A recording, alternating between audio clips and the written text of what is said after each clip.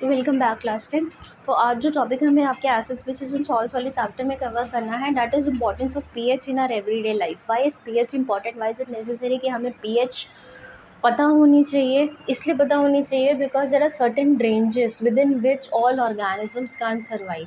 कुछ फंक्शंस हैं, कुछ डाइजेस्टिव सिस्टम्स हैं, कुछ सिस्टम्स हैं, कुछ ऑर्गन्स हैं, या कुछ ऐसे आपके बॉडी के फंक्शंस हैं जो एक पीएच रेंज के अंदर ही परफॉर्म हो सकते हैं। अगर वो पीएच रेंज कम या ज़्यादा होगी तो it will lead to a certain kind of disturbance in a normal functioning, in survival of humans and in survival of plants and animals.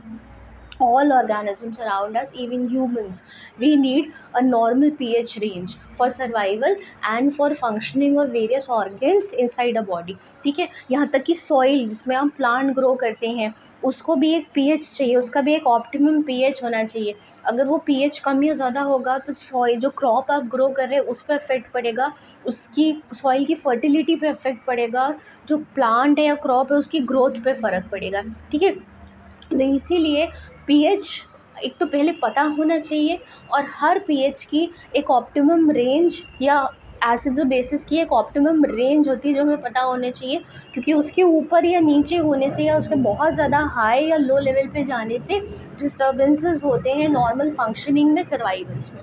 ठीक है, तो पहला जो इम्पोर्टेंस है आपका पीएच का वो है pH in plants and animals.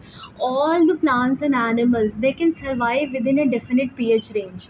Plants और एनिमल्स जितने भी हैं वो एक डेफिनेट पीएच रेंज में सर्वाइव कर सकते हैं। अगर उससे कम या ज़्यादा पीएच हो जाएगा तो उनके लिए सर्वाइवल मुश्किल हो जाता है। इनफैक्ट वी ह्यूमन बींग्स, जो हम ह्यूमन बींग्स हैं, हमारे लिए इफेक्टिवली वर्क करने के लिए जो पीएच हो वो 7 to 7.8 होना चाहिए। मतलब न्यूट्रल से स्लाइटली अल्कलाइन, एसिडिक तो कभी भी नहीं होना चाहिए। For our survival, for our effective functioning, we require, humans require a pH that ranges between 7 to 7.8.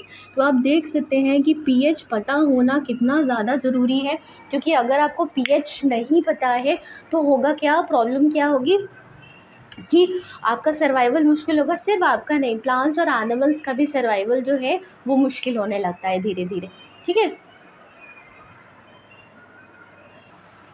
और होता क्या है, देखो जब एसिड रेन होती है, what is acid rain, when acids जो आपके ये एसिड्स जो, ये जो गैसेस होती है, सल्फर डाइऑक्साइड है, कार्बन डाइऑक्साइड है, नाइट्रोजन डाइऑक्साइड है, ये जब वाटर के साथ जब बारिश होती है तो उसके साथ मिक्स होकर they get converted into respective acids, and this is what is called as acid rain.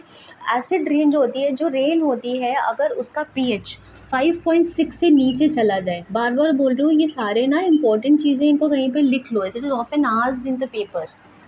ठीक, रेन वाटर का पीएच अगर 5.6 से नीचे चला जाए, किस पे, 5.6 से नीचे. अब आप देख रहे हैं बार बार कि पीएच क्यों इम्पॉर्टेंट है, वाई इज़ इट इम्पॉर्टेंट, क्योंकि ये रेंज ही नहीं पता होगी तो हम चीज़ों को उनके क्योर, उनका ट्रीटमेंट या उनको ठीक से इफेक्टिवली यूज़ करना हम कर ही नहीं पाएंगे. ठीक है, तो इसीलिए पीएच पता होना चाहिए. That is why the pH scale that was devised by Sorensen is so important. Right, तो रेन वाटर का पीएच अगर 5.6 से नीचे चला गया तो दिस इज एसिड रेन.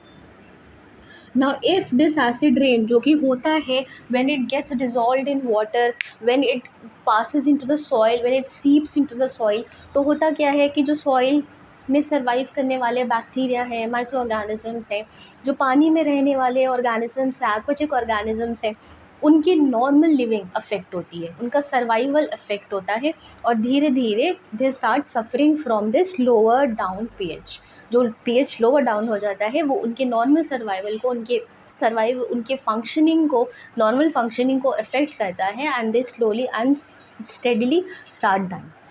ठीक है, तो इसीलिए जो आपका पानी का पीएच होता है जिसमें एक्वेटिक ऑर्गेनिजम्स रह रहे हैं, उसका नॉर्मल पीएच मेंटेन रहना चाहिए. अगर वो कम होगा तो भी प्रॉब्लम होगा, अल्कलाइन होगा तो भी प्रॉब्लम होगा. Same is with pH of soil. ठीक है, the soil should neither be highly acidic nor it should be highly alkaline. ना तो वो बहुत ज़्यादा एसिडिक होना चाहिए, ना बहुत ज़्यादा अल्कलाइन, अदरवाइज आपको क्रॉप्स ग्रो करने में प्रॉब्लम होगी. तो होता क्या है, अब सॉइल के जो है इंस्टीट्यूट खुल गए हैं जहाँ पे आप सॉइल के सैंपल को ले जाते हैं। वहाँ पे जो रिस्पेक्टिव साइंटिस्ट होते हैं वो क्या करते हैं, आप जो सैंपल लाए हैं उसकी एसिडिटी या उसका एसिडिक स्ट्रेंथ या उसका बेसिक स्ट्रेंथ टेस्ट करके आपको बताते हैं कि आपके सॉइल जो है एसिडिक है, आपका सॉइल जो है अल्कलाइन है। तो उससे मदद क्या मिलती है, हाउ इज़ इट बेनिफिशियल, वो हेल्प करता है कि आप तब आसानी से उस पर्टिकुलर सॉइल में जो भी उस पीएच में, उस पीएच रेंज में जो भी अच्छे क्रॉप्स ग्रो करते होंगे, आप वो क्रॉप सेलेक्ट करते हो और फिर आपको अच्छी यील्ड मिलती है, प्रोडक्शन अच्छा होता है। अदरवाइज़ व्हाट विल हैपन कि आपको पता ही नहीं है कि आपका सॉइल जो है वो कौन सी पीएच रेंज में है। आपने मान लीजिए एसिडिक था, आपने क्रॉप ऐसा ग्रो कर दिया जिसको अल्कलाइन मीडियम चाहिए, तो आपका क्रॉप ग्रो ही नहीं करेगा, पूरी की पूरी यील्ड, आपकी पूरी मेहनत, हार्वेस्टिंग जो थी वो सब वेस्ट हो जाएगी। So this is how the sample of pH of soil is tested. आप सैम्पल ले जाते हैं, वहाँ पे लैबोरेटरीज़ में उसका पीएच टेस्ट होता है, आपको बता देते हैं कि आपके पीएच जो है सॉइल का इतनी इतनी रेंज में है, ये रेंज है तो आप ये क्रॉप ग्रो कर सकते हैं, अगर अल्कलाइन रेंज में फॉल कर रहा है तो आप ये क्रॉप ग्रो कर सकते हैं। Fine, so it helps the farmers in growing that particular crop which can grow best in their respective soil, जो भी वो उनका सॉइल होगा, ठीक है। And apart from that it also helps the farmers in selecting the fertilisers, ठीक है। NPK fertiliser हर तरीके के सॉइल पे नहीं ऐड किया जा सकता है, ठीक है। तो वो पीएच जब आप सॉइल ले जाते हैं वो पीएच बता देते हैं, तो वो it also helps in selecting the type of fertiliser that is suitable for your soil. नहीं तो आप कोई भी फर्टिलाइज़र डालते जाइए, यील्ड अच्छी नहीं होगी। Fine, so this is how pH of soil is estimated, and depending upon what pH range the soil has, the type of crop is selected, ठीक है। इसके अलावा अब जो नेक्स्ट इम्पॉर्टेंट पीएच आता है that is pH in our digestive system. मैंने आपको ये चीज़ बताई थी कि जो एसिड हमारे स्टमक में मिलता है HCl, उसकी जो पीएच रेंज है वो 2 से 3 है, एसिडिक है, स्ट्रॉन्ग एसिड है, पीएच 2 से 3 के बीच में वेरी करती है। तो मतलब हमारा जो डाइजेस्टिव सिस्टम है, स्पेशली स्टमक के अंदर होता है हाइड्रोक्लोरिक एसिड, ठीक है। तो जो आपका स्टमक है उसमें पीएच 2 to 3 रहता है। फाइन, मतलब 3 से 5 के बीच में, क्योंकि और भी जूसेस वगैरह भी होते हैं, तो 3 से 5 के बीच में जो हमारा स्टमक है उसका पीएच रेंज करता है। नाउ व्हाट हैपेंस इज, जब इंडाइजेशन होता है तो too much acid is produced. जब इंडाइजेशन होता है आपको, तो एसिड का क्वांटिटी है आपके स्टमक में बहुत ज़्यादा प्रोड्यूस हो जाती है। और ये आपने नोटिस किया होगा कि जब आपको इंडाइजेशन होता है तब आप बर्प करते हैं या डकार लेते हैं तो खट्टी खट्टी सी डकार आती है। जो सार होती है, जो डकार होती है, वो सार होती है, खट्टी होती है। वो इसीलिए होती है because the acid is coming into your mouth by the process of regurgitation. उसको रिजर्जिटेशन बोलते हैं, एसिड का ऊपर आना अगेंस्ट द ग्रेविटी।